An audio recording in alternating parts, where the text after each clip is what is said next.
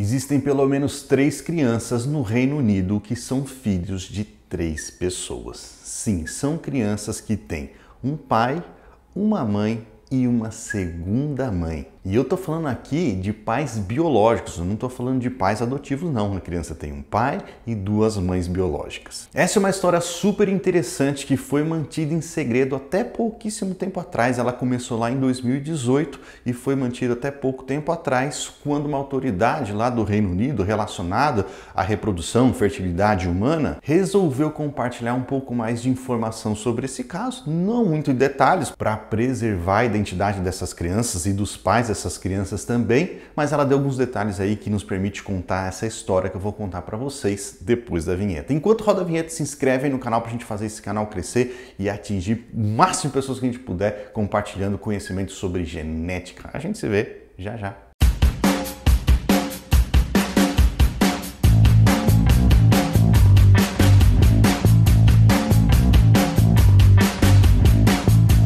Muito bem, eu vou explicar para você essa história super esquisita, né? De crianças que têm 3 pais biológicos aí, mas para você entender essa história, como isso foi feito e por que isso foi feito, você precisa ter 3 conceitos. E aí você vai poder entender exatamente o que foi feito e dar a sua opinião com embasamento. Afinal de contas, sempre quando envolve embrião na história, é um tema muito polêmico. Aí depois você deixa aqui nos comentários a sua opinião, eu quero saber o que você acha sobre isso. Então vamos lá, o primeiro conceito que está relacionado sobre a organização das células humanas, principalmente em relação ao DNA, ao genoma dessas células.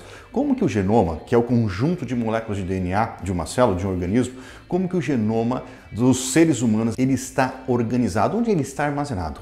Quase tudo, no mais de 99% do DNA, dos cromossomos, do genoma dos humanos, está armazenado dentro do núcleo das células. Praticamente todas as células têm núcleo, dentro do núcleo dessas células nós temos o DNA empacotadinho ali armazenado para ser utilizado, para ser recrutado quando for necessário. É a partir da informação que está armazenada nesse DNA que surge basicamente tudo que está relacionado à vida, ou quase tudo que está relacionado à vida. Por quê? Porque existe uma pequena parte do genoma, uma pequena quantidade de informação genética ou de DNA que não fica no núcleo das células. É uma informação genética, são moléculas de DNA que estão armazenadas numa outra organela, numa organela chamada mitocôndria, que fica ali dentro da célula e que possui alguns genes. Dos mais ou menos 20 mil genes que nós temos, que os seres humanos têm, mais ou menos 37 desses genes estão armazenados nessa organela chamada mitocôndria. Todo o resto, quase os outros 20 mil, estão dentro do núcleo das células. E as mitocôndrias, elas são organelas extremamente importantes para as células, para o nosso corpo de uma forma geral, porque elas funcionam como se fosse a bateria do nosso corpo, a bateria das células. Elas são responsáveis pela produção de energia das células, que formam nossos órgãos, que em conjunto formam os nossos sistemas e nós, como organismo. Então elas são responsáveis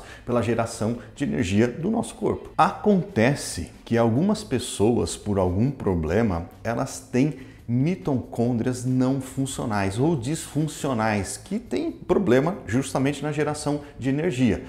E pessoas que têm problemas na mitocôndria, consequentemente problemas na produção de energia de células, pode ter seríssimos problemas de saúde, principalmente envolvendo aqueles tecidos, aqueles órgãos que demandam muita energia, como o cérebro, fígado, coração, músculo, e elas podem ter doenças gravíssimas que muitas vezes levam à morte prematuramente. E quase sempre são doenças incuráveis. Então esse foi o primeiro conceito sobre armazenamento da informação genética de células de seres humanos, que fica aí basicamente quase tudo dentro do núcleo das células, mas parte dessa informação genética ela está armazenada nessa outra organela chamada mitocôndria, responsável pela produção de energia. O segundo conceito está relacionado com o processo de formação de um embrião, ou seja, a fecundação de um óvulo por um espermatozoide. Esse processo, quando acontece naturalmente, acontece quando um espermatozoide carregando metade do material genético necessário para a formação da vida humana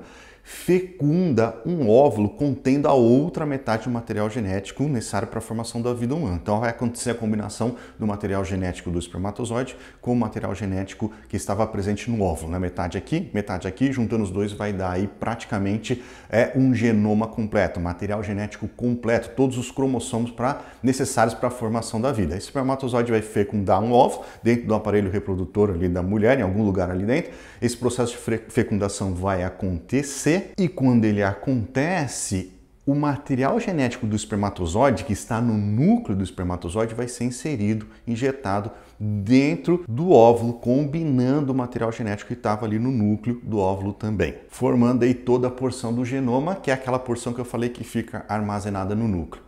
E a porção do genoma e o DNA que está presente na mitocôndria, da onde que ele vem? Ele não vem, ele já está presente no óvulo. No momento que o óvulo ele é formado, ele fica ali presente, combinando então o DNA genômico do óvulo com o DNA genômico do espermatozoide, mais o DNA mitocondrial que já estava presente no óvulo. Acontece que se essa mulher, que é dona desse óvulo que acabou de ser fecundado, ela tiver problemas com as suas mitocôndrias disfuncionais, possivelmente o embrião que vai ser formado a partir dessa fecundação vai conter essa mitocôndria disfuncional e vai ter problemas de saúde lá na frente, podendo causar até a morte em muitos casos. Beleza? Então esse foi o segundo conceito, fertilização natural.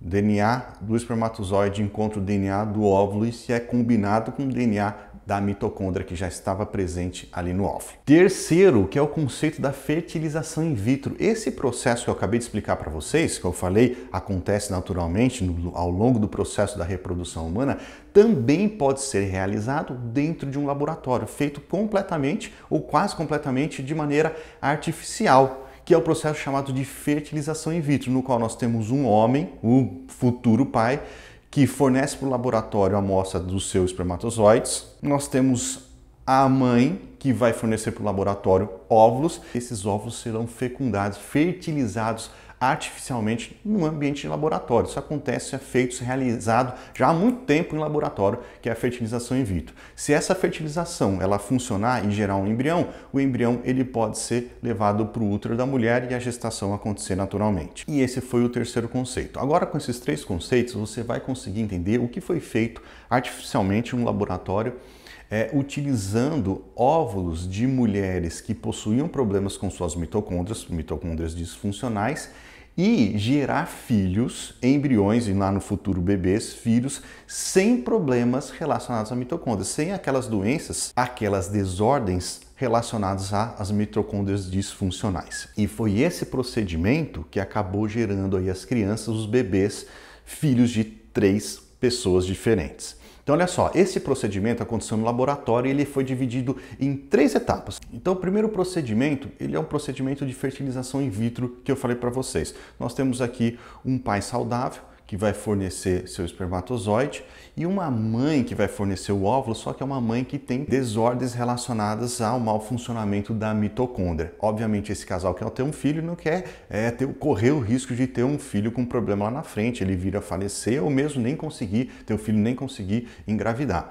Então nós temos a situação, um pai saudável com essa mãe doente, entre aspas, que vai fazer um processo de fertilização in vitro. Seu espermatozoide do pai, vai fecundar o óvulo desta mãe. Quando essa fecundação acontece, vai acontecer a formação de um embrião carregando as mitocôndrias doentes, as mitocôndrias disfuncionais da mãe. E aí, nesse primeiro passo, o que muda de uma fertilização in vitro convencional é que o DNA do núcleo proveniente dessa fecundação in vitro, ele foi retirado de dentro desse ovo. A gente pode chamar isso aqui de um ovo. É o ovo, é a fecundação do óvulo pelo espermatozoide, e o DNA nuclear proveniente dessa fecundação, ele foi retirado de dentro do óvulo, ficando lá no óvulo quem? As mitocôndrias disfuncionais. E esse DNA, esse DNA nuclear, ele foi armazenado, guardado ali para um uso posterior.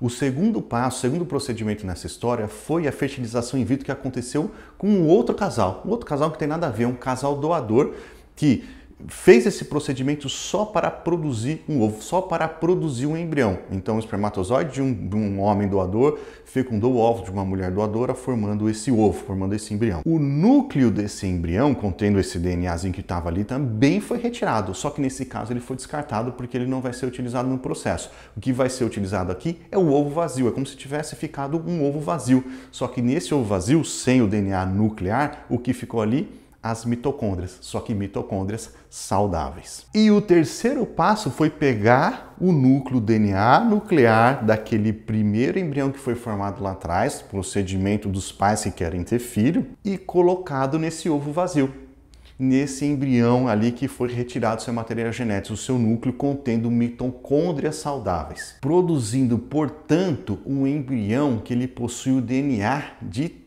3 pessoas. O DNA nuclear que veio do óvulo da mãe, o DNA nuclear que veio do espermatozoide do pai e o DNA mitocondrial dessa mulher doadora, dessa mulher que doou o seu óvulo para esse procedimento. Então, é um embrião que possui o DNA de 3 pessoas. Se esse embrião ele vingar, ele for implantado no útero dessa mãe que quer ter filho, que tem as desordens relacionadas às mitocôndrias, esse embrião ele vai se desenvolver, formar um feto, um bebê que vai nascer e esse bebê não vai ter as desordens relacionadas às mitocôndrias disfuncionais da mãe, porque ele tem o DNA da mãe, o DNA nuclear da mãe, tem o DNA nuclear do pai, só que o DNA mitocondrial, a mitocôndria, é proveniente de uma outra mulher. Então, no final das contas, esse indivíduo, esse bebê, essa criança, ele possui 99, bem mais de 99% do seu DNA proveniente do pai e da mãe mesmo. E um pouquinho do seu DNA, que é o DNA mitocondrial, proveniente dessa mulher doadora. E é por isso que nós temos aí crianças que foram produzidas dessa maneira, produzidas aqui muito entre aspas, obviamente, né? Foram produzidas dessa maneira, que visa justamente o desenvolvimento de uma criança sem problemas relacionados a essas disfunções da mitocôndria. E é isso aí, é assim que nós temos esses indivíduos, essas crianças, filhos de 3 pessoas diferentes. Só que agora, olha que interessante, alguns pensamentos interessantes aqui. Primeiro deles, esse processo que eu acabei de explicar para vocês, ele não é 100% seguro não.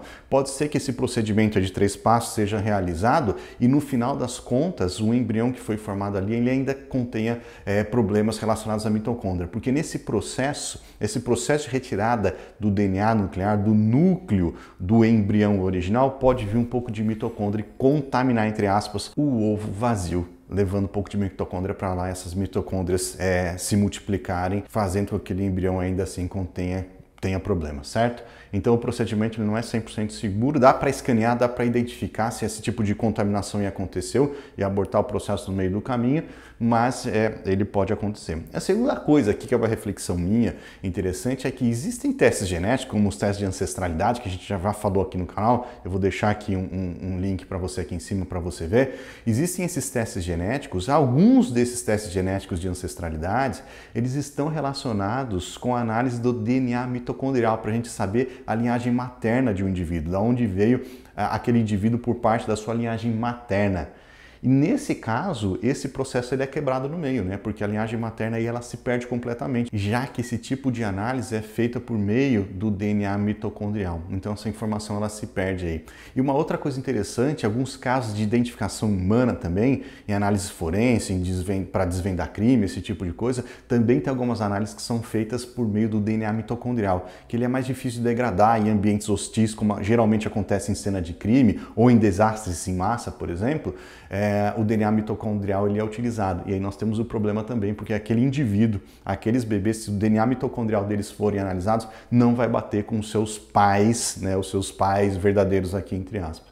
Então é uma outra reflexão. O que a gente faz com esses casos no futuro? Bom, é isso aí. Só para finalizar, eu não falei o nome desse tipo de tratamento. O nome do tratamento é tratamento de doação mitocondrial ou doação de mitocôndrias. Eu não tinha falado isso ao longo do vídeo, estou falando agora. E com isso a gente finaliza esse vídeo aqui. Eu quero saber o que você acha sobre isso, se você é contra, se você é a favor. Deixa aqui nos comentários que eu quero saber. Valeu, a gente se vê no próximo vídeo. Tchau, tchau.